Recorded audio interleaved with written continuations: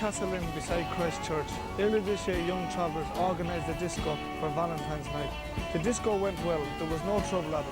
But later that night, there was a fist fight here. It was about 11 o'clock when I left to come out of the disco. Myself and my brother left, and when I came outside, I see two boys down the hill, fist fighting. About 5 minutes after, there was a crowd into it. It was about 4 or 5 into fighting. Then I see girls and boys roaring and shouting. About 5-10 minutes out, about 10 past 11, I see 3 or 4 SWAT cars coming first, and a gang of police, right? About 11:15, there was paddy wagons and a whole lot there then. And they were just catching the crowd, and catching them and baiting them with the battens and kicking them into the back of the SWAT cars. They weren't even asking for an explanation, just that they were there, they were just taking them in, they thought they were into it as well. But actually there was some that was even just watching it, was just taking in, just over standing there. And I went to a disco in town, and I wasn't expecting for what came out of it, I wasn't expecting it. So when I was in it till it was finished, so when I came outside the door, I walked down to the edge of the road and I seen 2 fellas fighting. And then I seen about 4 police cars coming, and they were all standing on the road and they were just looking at the fight for a while. And then I seen one policeman walking over, and I seen him grabbing this fella, and he was deaf and dumb. I know where he's from. He's from Tala. And I seen him baiting his head off at the side of the police station, at the side of the rest van. When I came out, I saw that there were approximately 3 to 4 police cars and at least 2 police vans and 1 motorcycle parked to the left of the Castle Inn, up the hill towards Burdock's Fish and Chip Bar. There seemed to be some sort of minor scuffle or disturbance going on, so I walked fairly quickly up in that direction. When I got there, the disturbance had died down.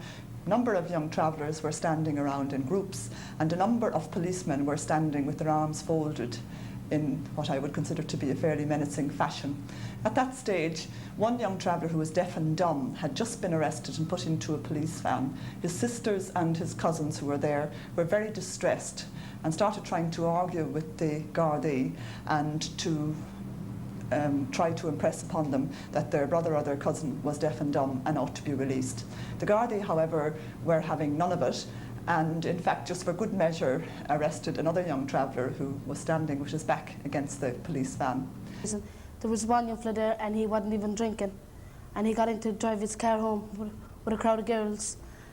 The guard just come over, took the keys off and gave him a slap into the face and told him, get on, walk home, or he was going to be locked up. The fella said, can I have my keys, my car's back? He said no, fucked him into the back of the car and brought him and a few of the others with him for no reason, just because he was leaving to go home. He didn't want to be involved with any fighting or anything. So he was locked up, and they didn't get out the barracks till about 4 or 5 in the morning. And so that left him with a big explanation for the fathers and mothers. As we left the pub, I saw a large number of people out on the street, and there was a very large number of Gardaí and a number of police cars and police vans and bikes, and they were standing around. So I went up to try and find out what was going on, and on the way up, a couple of people said their keys had been taken off by a policeman, and that they couldn't get home. So I went over to the policeman and asked him for the keys, and he told me that if I didn't go home, he'd arrest me. So I decided to sit down in the middle of the road. I was asked by a number of people to get off the middle of the road, which I didn't do, but eventually my brother Mick got me off the middle of the road. So when I left, I came out in the street, and the first thing I noticed was I thought I was in Templemore with all the police around. There was police vans, police cars, police bikes, all out on the road, and the whole road was blocked off with police. There was a fair few travellers just standing around, and the police were sort of giving out the travellers, ordering them home. Yeah, I was one of the last people to leave the disco upstairs, and I came down the stairs, and I didn't notice immediately the number of Gardaí, but I went around to the side, and when I looked, there must have been 30 or 40 Gardaí with vans, motorbikes and police cars, and I noticed that there was some sort of dispute going on, but I wasn't sure what it was. and there was an argument about the keys of a car. So at that point I saw Thomas McCann sitting on the road in protest against it, and I just felt that that wasn't very wise to do, because the police looked very menacing and I felt they would clobber him. So I went over to him and told him to get off the road, that there was no point, and his brother Mick pushed him out of the road. And then I heard Con, I think it was, who shouted saying, "Hey, they've got Christie." A couple of us had organised the disco, and I was on the door for a while collecting the tickets and just generally making sure people went upstairs and people kept out of the toilets and stuff like that. So then that went fine. The disco was a bit overcrowded, all right, but we discovered that people were throwing tickets over the balusters to people down below, so they just kept arriving with tickets. So that was grand. Later on that evening, after the disco had closed, I was upstairs collecting glasses and cleaning up and making sure everyone had left, when somebody told me there was a large presence of the guards outside. There had been a bit of a fight. So I went down and I went outside and I had a bit of a look around, and I confronted three or four settled people who were talking about the travellers and referring to them as knackers. So when I went over and confronted them, and they ignored and walked away. So then I was on my way back inside, and I overheard two guards referring to us as knackers and talking about the mob and the travellers and things like that. So I confronted them and they just walked away. So I went back inside, and there was a sergeant and a motorbike cop and an ordinary guard, and they were talking to the manager. So I went over and I asked, I said, "Listen, can I be of any help?" And the sergeant turned around to the manager and he said, "Who the fuck is that?" So the manager said, "He's one of the organisers." So then the guard told me to get the fuck out of here, the sergeant. So after that, the sergeant had told the other guards to get me the fuck out of here. Like, who the fuck was I organising this, that and the other? Like. So then, at that stage I was grabbed by the arm and twisted and just generally dragged out the door by the guards, and I had been put into a squad car, and I was struggling, and I accidentally hit one guy in the head or in the eye with my head, and So they pushed them into the back of the police car, where I saw them actually physically beating him, and also beating him with batons. Afterwards, this incident upset considerably the rest of the travellers who were there. And then I saw Christy McDonough being pulled and dragged towards the police car. So I wanted to go up and confront the police. So Mick was holding on to me and trying to stop me, but eventually he let go of me. And I went up to the police and told them they were a shower of oppressive bastards. Which as soon as I did, 3 police, one twisted my arm up behind my back, and another fellow grabbed me by the neck, and a third fellow, which was behind me, hit me with a baton, and they threw me into a police van. So they did. When they threw me into the police van, I opened the door of the police van as soon as they closed it, and as soon as I did, at least three or four policemen came over with batons, and they hit me a number of times. So I just lay there, I couldn't move in the van, and there was a number of people who've seen that. I was sort of semi-conscious. I got a number of bangs on the head and on the ribs and on the arms and on the legs. So then I seen Christy getting been put into a squad car, and I went over and I said to the policeman, "He's nothing got to do with this. He was an organiser of the disco." So the policeman told me get lost. So anyway, I was just standing in the crowd for a while, and then I see my brother Thomas, going over to the police and trying to tell them that he had nothing got to do with it either. So then next of all, my brother was, I see my brother being put into a van, and I went over and I tried to stop them, and I got through in with him. And then they started beating my brother in the van on the ground. So then next of all, John Connors got through in as well beside us. I left the castle in about 11:15, and when I got out, the Gardaí were already there. there was people running around that were getting chased by some of the guards, and some of the guards, you know, were hitting some of them with batons, and there was girls screaming and that. But there was more guards than anything else from what I seen. And I seen a friend of mine, and he you know, he looked aggravated, and I'm making me can. So I went over and tried to calm him down and get him to go home. But he, you know, he kept on protesting, and he was shouting abuse at the guards. And next thing we knew, 4 or 5 guards ran at us, you know, with batons, and then they dragged us and tried to get us into the vans. So they got us into the vans anyway, and when they were hitting us into the van, I got a belt of a baton in the eye, and in the neck, and in the back, and the arms and that. And when I got into the van, there was Richard McCann in there already, and he was kneeling over his brother Thomas, and Thomas was unconscious. You know, he was flaked out altogether, and Richard thought. Well, Richard was crying, he was shouting, you know, I think he's dying, you know, or something like that. Because, like, Thomas was that bad, and there was blood all over the van and all over his leg. Now he's bleeding at the knee. Well, then, and at the end of the van then was Mick. Mick got dragged in the same time as me, you know, and he was at the end of the van, and he was rolling around in pain, because, he got a couple of blows to the head. By the end of the evening, virtually all the travellers who were there, which was about 9 or 10 at that stage, with the exception of the group of young travellers who were awaiting the keys of their car, had in fact been arrested. In the process of arresting them, I felt that the treatment that they were given was quite brutal. Batons were used liberally, and police were kicking and pushing and shoving in what I could only consider to be a very unnecessary fashion, since if you wanted to count the numbers that were present, there were at least 4 times as many Gardaí as there were either travellers or settled people there. I went back then to try and get Christy out of the car, and one of the guards shut the window, so I slammed the window with my hand. And at that point, a guard, about 6'5", came over and warned me, said, look, get out of here, or you're going to be arrested next for breach of the peace.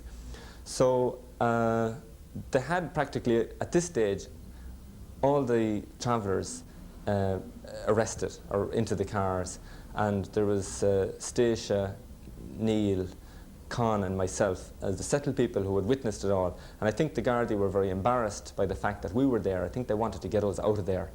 And we were very concerned that, well, what do we do now? If they take them to the station, judging by the violence that they displayed there and then in public, we figured if they get them into the cell, they're going to probably beat them, or they're going to beat them probably in the van. As they did, we subsequently discovered. So they took me to Kevin Street. I don't really remember. I just remember getting dragged from the van into Kevin Street by a number of police and getting kicked and punched a number of times on the way into the police station. They trimmed me on the floor at the station where I lay for I don't know how long I lay there for, because I was either asleep or I was unconscious. It was one or the other, I don't know which. But I lay there for a long time. And when I woken up, there was blood coming from my knee. So there was, and I was sore all over. So I asked to see a doctor. I asked the police would they ring my doctor, and they said no at first. And then I asked, could I see a solicitor? Could I ring a solicitor? And they said no. So I stood up off the floor and said that I had rights, and they told me I had no fucking rights, and hit me a number of times again and pushed me back down onto the floor.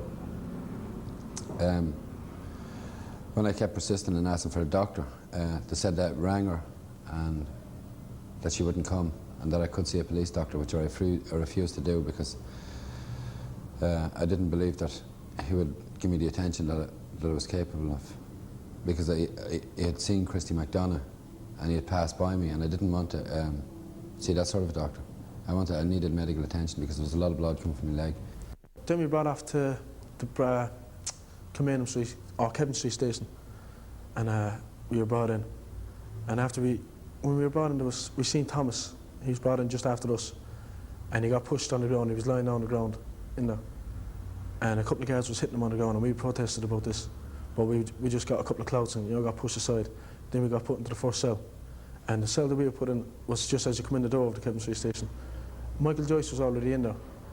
We were only in the cell about 15 minutes, and myself and Richard McCann, we asked could we go to the toilet. So they brought me and Richard out to the back of the station, to the back cells, and they locked us in. They says, you can go to the toilet in there, so we did. And we were in there. And next door to the cell, we heard a lot of shouting and roaring. we recognised the voice to be, Christy McDonough. So we heard him shouting things like, "Stop, leave me alone. Let me go, please," all this kind of thing. And the guards were shouting and cursing and calling him knackers and that. And there was a lot of banging noises, like they must have been hitting him or something. There was one particular policeman, a detective, who I would recognise again if I seen him, who was kicking me in the back. And the policeman who was discharged was wearing a pair of motorcycle boots. And he kicked me a number of times with a very pair of hard motorcycle boots. And I got a number of belts of a baton on the way into the cell.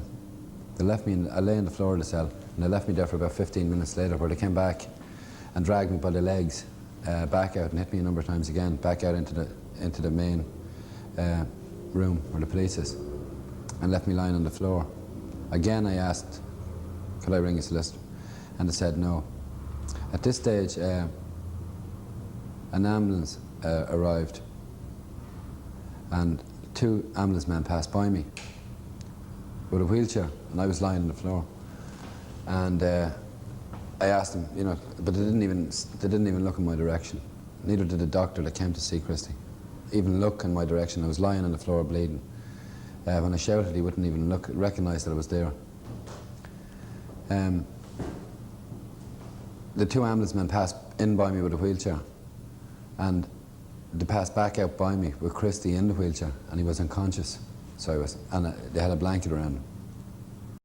So I tried to ask him, was he okay, but he wouldn't respond. They just took him out of the police station to the hospital, I presume.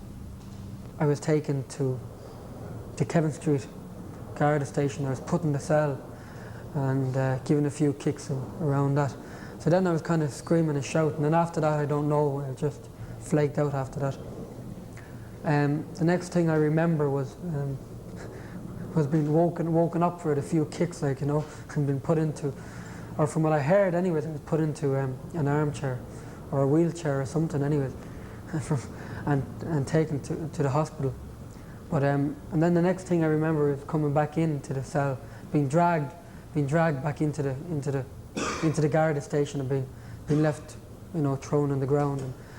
And my eye was all black and blue, and my nose was sore, and just general bruises all over the place. So at about 3 in the morning, or 2:30, we were all took out. Me and John was took out of the cell we were in, and I went around to the front room, and I see my brother there, and his knee was bleeding. There was all blood coming out of his knee. He was after being beaten, and Christy was just collapsed on the floor, and all of his clothes was nearly gone. And I turned around to the policeman. I couldn't believe what I was seeing, because I seen Christy earlier on that night, and he was dressed up lovely, and he was shirt and tie and all that, and his shoes was gone when I seen him, and his jacket was gone, and his shirt was just ripped straight open. There was bruises and marks on his face. So then me, Christy and Thomas was put into a van, and we were brought away to the Bridewell. We were brought into the Bridewell, and the policeman signed our names in. So we were put into the Bridewell cells. I was put into a cell separately from the rest of them. There was a stone bunk, so there was, and at this stage there was blood all over my trousers, and I had no jacket. My jacket had been taken off me. I had no jacket, and I felt really bad. My head was bruised, my face was bruised, my ribs was bruised, my arms was bruised, and my leg was fairly battered, and my ankle. So I took off my clothes. I had to take off my trousers to try and dry the blood, and I slept on the stone bunk with a blanket. So that when I woke up, my leg was still bleeding. So it was. And I got brought from the Bridewell to Kilmainham courthouse by the police. And I appeared in court with my leg still bleeding and was remanded on bail, where I have to appear on the 4th. This is where 8 of us appeared on March 4th. The 5 was charged with drunken disorderly, and 6 of us actually was charged with drunken disorderly and disturbing the peace. And 5 of us went ahead with our cases because we wanted to get finished and done with. Because drunken disorderly, it's not really a very serious charge. So we just pled guilty to it, although we weren't guilty. But during the case, a sergeant stood up and said there was about 70 people rioting outside the Castle Inn, and he was trying to say that we were involved in the rioting, which we weren't. We only went over to try and get people away from the police and stop the commotion from getting any worse than it was. But there was a fella and a girl having an argument or something or other, and they were having it among themselves, and all these policemen came, but I wouldn't believe that's the reason at all. You know, I mean, like, there was about 100 police there. It was between 70 and 100 police, and all these police fans. I mean, like, they don't come, that many police don't come for one girl and one fella or 2 people or 3 people, you know. I mean, like, that kind of a force comes for a lot of people. And myself personally, I believe they were waiting there deliberately because they knew it was a traveller's due, and he wanted to upset it and give us a bad name and try to get us back to where we started from, getting us the publicity which was on the papers the next day. The statement that was in the paper was totally untrue in terms of that they said it was a riot. That was total one-sided, and it was totally untrue in that there was no riot. There was a fight all right earlier on. I had heard that there was a fight earlier on between 2 people, and that once they heard travellers, that they drafted in a large number of Gardaí from different areas because they thought there was going to be a riot. And the statement was trying to justify that. And they said about a crowd walking down towards Trinity College. They said on the paper about 40 people walked towards Trinity College for and kicking everything that came in front of them, breaking windows and the whole. That wouldn't be true, because I know for a fact that there was only the most was about 15 to 20 people, and they were young married couples heading home for the north side bus. They had to go down that way to go over for Parnell Square for the buses. All the information had been provided by the Gardaí. The reporter did not check out with us, who were eyewitnesses, nor did she check out with the travellers. So we felt that was contrary to the NUJ guidelines, which says that for non-racist reporting, it should check out alternatives and try and get the 2 sides of the story and not sensationalise the events. And not only that reinforces the stereotypes and the prejudice that is in Irish society. And also, I would say it had an awful effect on the traveller who was running for election in Galway, in terms of the way they view travellers. The 3 lads that pleaded not guilty were Christy, Thomas and Mick. They appeared in court on the 18th of June. They got the Probation Act and bound to the peace. The guard says in court that Christy was arrested outside of the Castle Inn. The guard also says that Thomas cut his leg trying to jump through the police station window. In court, Stacey Quigley and John O'Connell gave evidence in behalf of the travellers. They also got them legal aid, doctor's report, and sent a written complaint to the Garda Commissioner. And if there had to be any support from respected settled people, the travellers would have been in jail now, even though it was the Guard who started all the trouble. I think they were just looking for an excuse, like, you know, to start trouble. They just came along, and when they seen there was no trouble there, they tried to raise trouble by pushing people around and trying to get rid of them. And people got annoyed over this, and they started going over and telling them, like, you know, that to clear it off and that.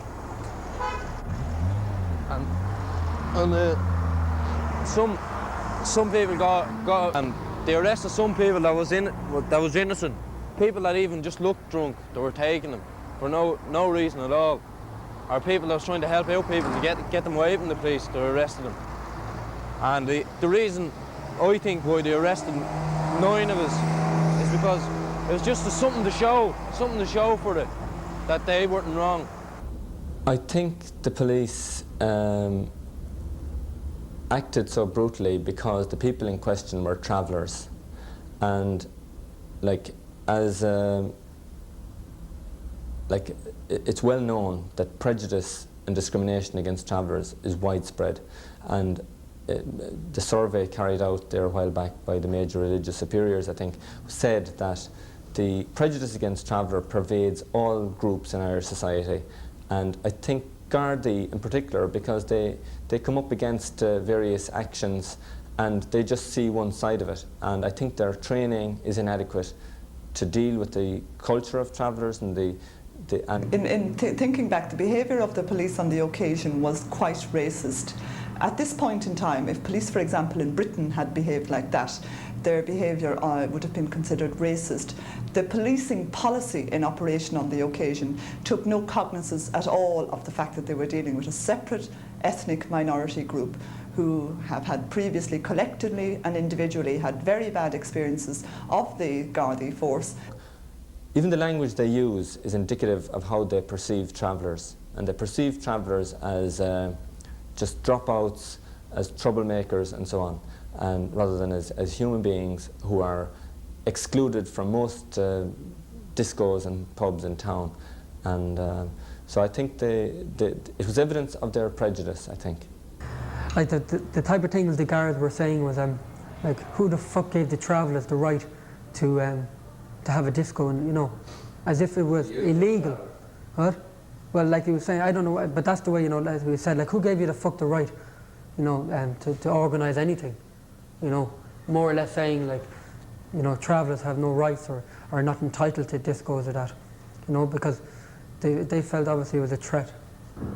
But the treatment that I seen being administered, both to myself directly and to other people, was totally inhuman. It was, I mean, you wouldn't treat animals in the way in which they treated us, and the things in which they were saying, you know, like that we shouldn't be allowed, they were fucking knackers, and that we shouldn't be allowed out in the streets, or that we shouldn't be allowed to organise anything, or that we shouldn't be allowed out into anything at all, and that we had no rights. And I think this is mainly why they gave me such a beating, because they kept demanding that I had rights. There always was a bit of resentment between travellers and policemen, and it still exists, and it will exist worse as long as this thing keeps up, you know. Because the way I saw it was like a scene from South Africa to me. I've seen it on television in South Africa in a town called Soweto. I saw the black people getting hammered into the ground by police and shot.